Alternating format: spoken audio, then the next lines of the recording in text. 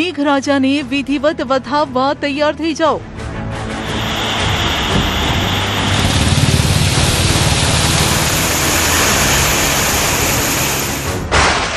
કેરળમાં થઈ ગયા ચોમાસાના શ્રી ગણેશ।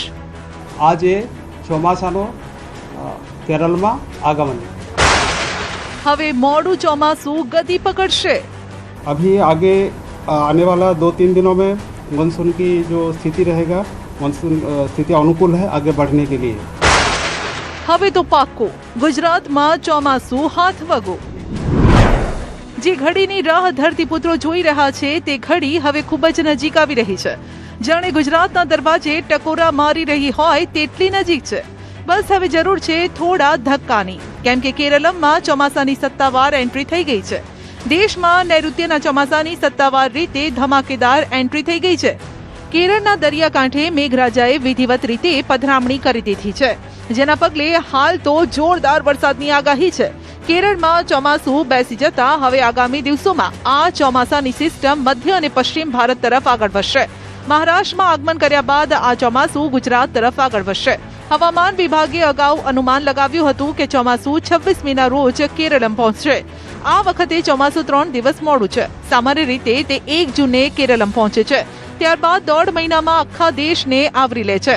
17 સપ્ટેમ્બરની આસપાસ રાજસ્થાનના રસ્તે પરત ફરવાનું શરૂ કરે છે અને 15 ઓક્ટોબર સુધીમાં પૂર્ણ થઈ જાય છે। છેલ્લા 10 વર્ષની અંદર 7મી વાર છે કે ચોમાસું મોડું છે। આ વર્ષે ચોમાસું 3 દિવસ મોડું છે, જ્યારે ગત વર્ષે ચોમાસું 8 દિવસ વહેલું હતું।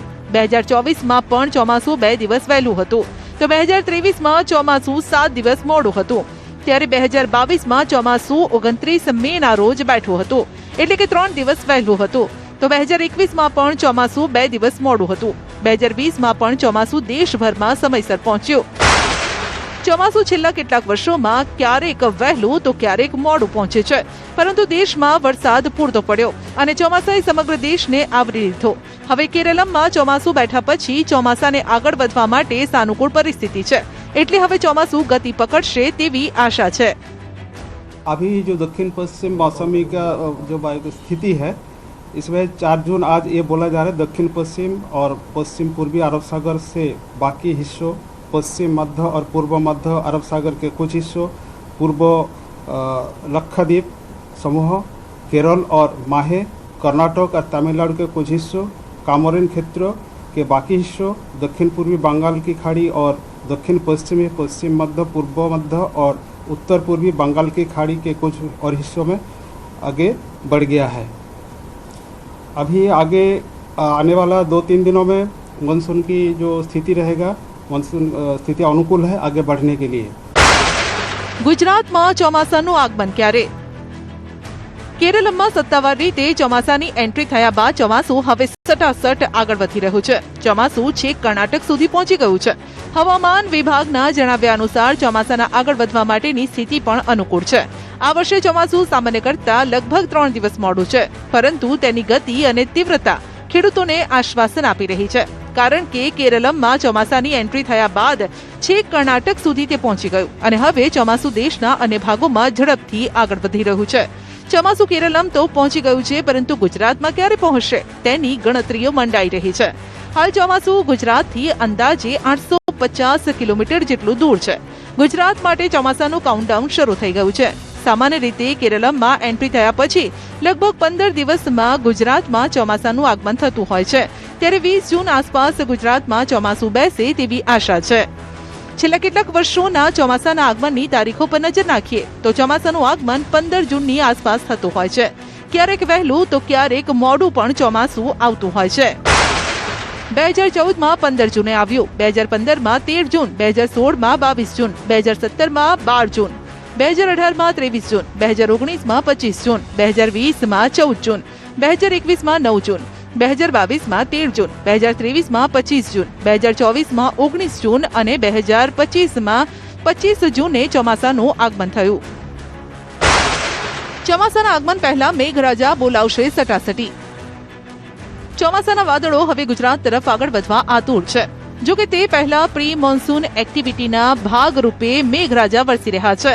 રાજ્યમાં 2-3 દિવસથી પ્રી મોન્સૂન એક્ટિવિટીના ભાગરૂપે વરસાદ વરસી રહ્યો છે. હજુ પણ રાજ્યના કેટલાક ભાગોમાં થંડરસ્ટોર્મ એક્ટિવિટીની આગાહી છે.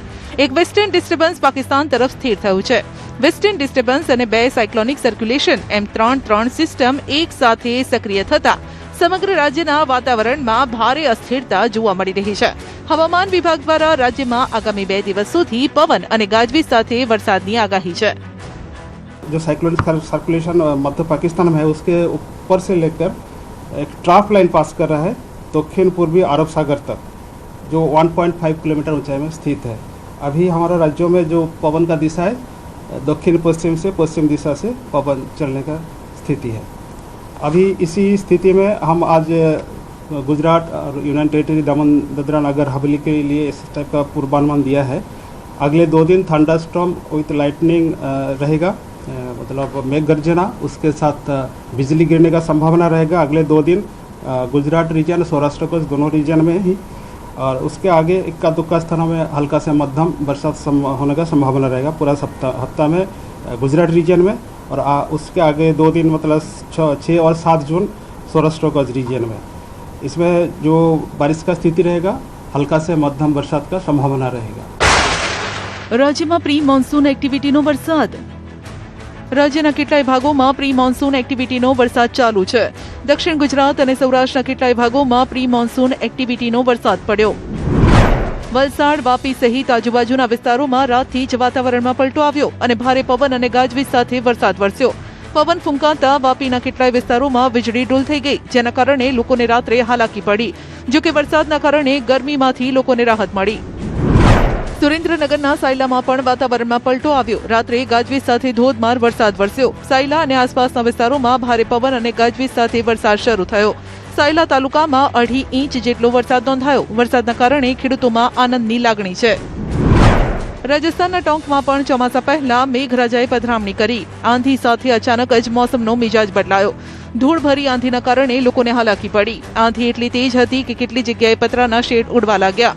સદનસીબે કોઈ જાનહાનિ ન થઈ, પરંતુ ઠેર ઠેર આંધીના કારણે નુકસાનના સમાચાર છે. જો કે આ વરસાદે લોકોને ગરમીથી રાહત જરૂર આપી. બુંદીમાં પણ ભારે પવન સાથે મુશળધાર વરસાદનો રાઉન્ડ પડ્યો. લગભગ 30 મિનિટ સુધી ભારે પવન સાથે વરસાદે ધડબડાટી બોલાવી. છેલ્લા અઠવાડિયાની અંદર ત્રીજી વાર બુંદીમાં જોરદાર વરસાદ પડ્યો. ચોમાસા પહેલા પડેલો વરસાદ ખેડૂતો માટે આશીર્વાદરૂપ સાબિત થયો. અહીં પણ મેઘરાજાએ એવું આક્રમણ કર્યું કે દોસા શહેર અને આસપાસના વિસ્તારમાં જનજીવન પ્રભાવિત થયું. રસ્તાઓ પર ચોમાસાની જેમ પાણી ભરાયા. કેટલી જગ્યાએ કરા પડવાના પણ સમાચાર છે. લવાણ અને ડાગોલાઈ આસપાસના વિસ્તારમાં મોટા કદના કરા પડ્યા. ડુંગરપુરમાં પણ આકાશમાં કાળા ડિબાંગ વાદળો છવાયેલા જોવા મળ્યા. શહેરમાં ભારે પવન સાથે વંટોળિયો વરસાદ પડ્યો.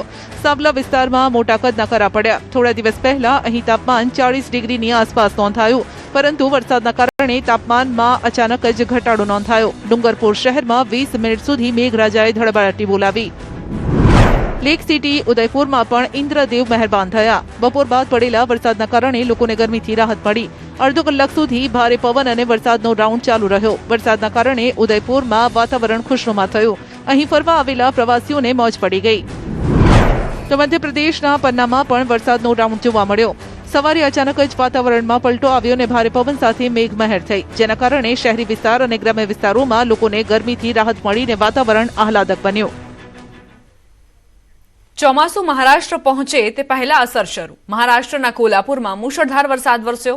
મુંબઈ બેંગ્લોર હાઈવે પર પાણી ભરાઈ ગયા. હાઈવે પર પાણી ભરાયા હોવાના દ્રશ્યો સામે આવ્યા, જેના કારણે વાહન ચાલકો પરેશાન થયા છે.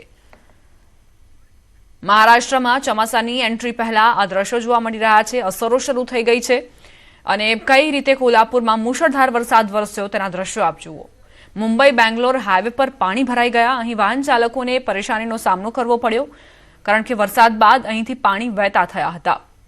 જે ભારદાર વાહનો છે તેમને પણ સમસ્યાઓનો સામનો કરવો પડ્યો હતો.